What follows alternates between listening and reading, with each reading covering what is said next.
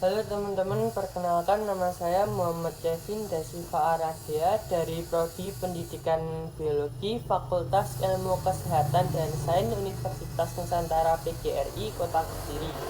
Pada video kali ini saya diberikan tugas oleh dosen saya dari matkul Biologi Dasar untuk mengamati perilaku hewan yang ada di sekitar saya.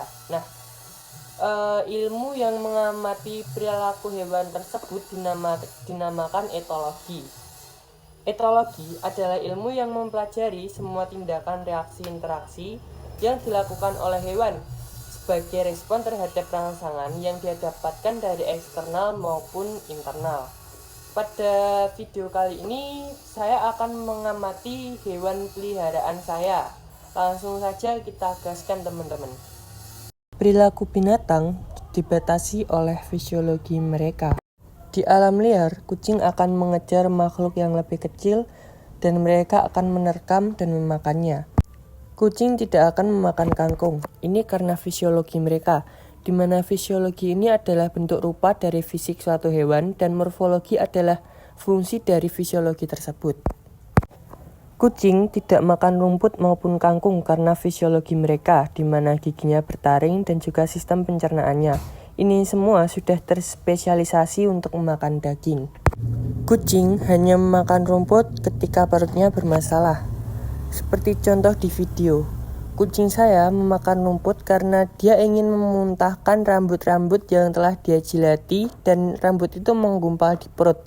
Kucing akan makan rumput di mana rumput ini akan merangsang kucing agar muntah, dan akhirnya muntahan tersebut akan mengeluarkan sisa-sisa rambut yang dijilati oleh kucing di dalam perut.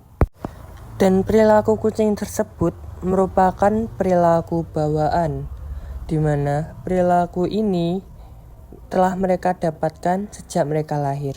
Perilaku bawaan terkadang disebut naluri atau insting. Perilaku yang dipelajari ketika kita menyaksikan video anjing yang dengan cerdas mengikuti instruksi untuk naik dan turun dari sebuah meja, kita tidak hanya melihat sebuah trik yang lucu, tetapi sebuah jendela mendalam ke dalam etologi perilaku anjing atau ilmu yang mempelajari perilaku hewan di lingkungan alaminya. Video ini adalah representasi indah dari ikatan sosial dan kemampuan kognitif yang luar biasa dari sahabat berkaki empat kita.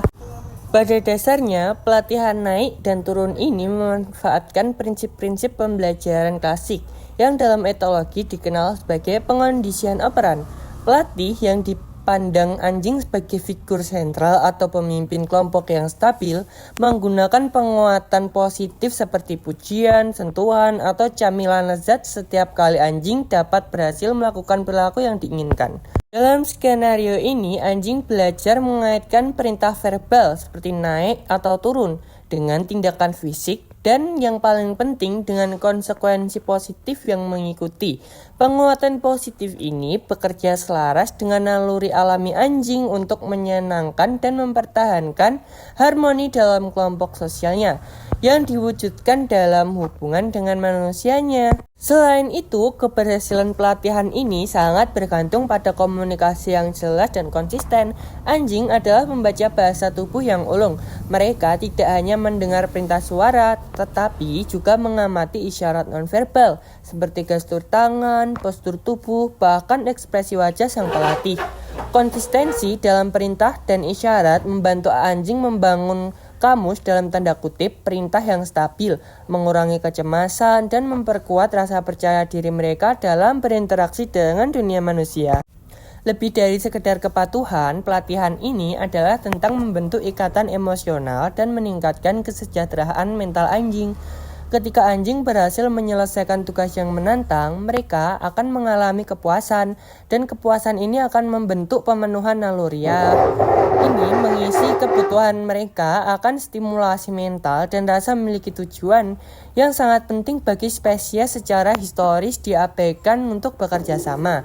Kegembiraan yang kita lihat pada anjing saat mereka dengan bangga naik dan turun meja adalah manifestasi visual dari ikatan kepercayaan yang kuat. Sebuah kemitraan didasarkan pada rasa hormat, pengertian, dan penguatan yang penuh kasih. Inilah etologi dalam tindakan, memahami bagaimana perilaku anjing dari naluri sosial hingga proses kognitif dapat dibentuk melalui interaksi positif yang menciptakan kehidupan yang lebih kaya dan bermakna bagi mereka dan juga bagi kita.